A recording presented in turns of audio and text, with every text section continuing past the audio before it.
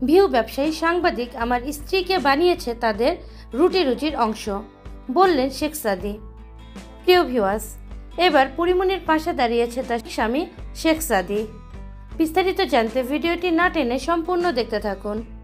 চিত্রনায়িকা পরীমনির বিরুদ্ধে মারধরের অভিযোগ তুলেছেন পিঙ্কি আক্তার নামের এক গৃহকর্মী। এ নিয়ে ঢাকার ভাটারা থানায় অভিযোগ করেছেন সেই গৃহকর্মী।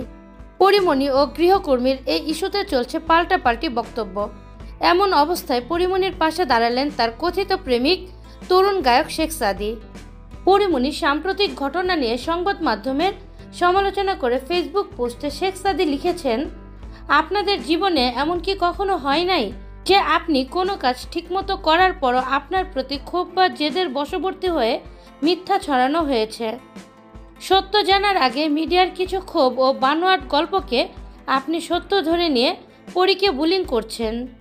একবারও কি মনে হলো না সে একজন প্রতারক বা বড় মাপের মিথ্যাবাদী?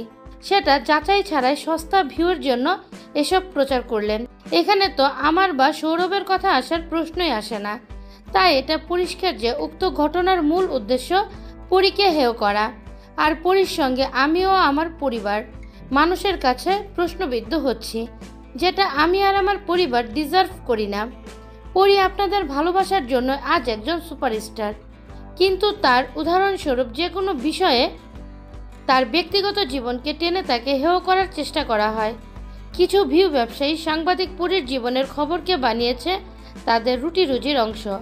তারা ভুলে যায় নায়িকা চরিত্রের বাহিরেও একজন নারী, একজন মা ও সবার ঊর্ধ্বে সে একজন মানুষ। শেখ সাদীর এই পোস্টের নিচে অনেকেই কমেন্ট করেছে, পরীমনি একজন নারী, একজন মা, সবার ঊর্ধ্বে একজন মানুষ, এবং তার চেয়েও আরও বড় ঊর্ধ্বে শেখ সাদীর প্রেমিকা। তাছাড়াও শেখ সাদীর এই পোস্টের নিচে অনেকেই পরীমনিকে নিয়ে অনেক কমেন্ট করেছে। কেউ কেউ বলছে নিজের স্ত্রীকে নিয়ে এসব কথা বলায় গায়ে লেগেছে শেখ সাদীর। কয়েক বছর ধরে পরীমনির সঙ্গে তরুণ গায়ক শেখ সাদীর পরিচয়।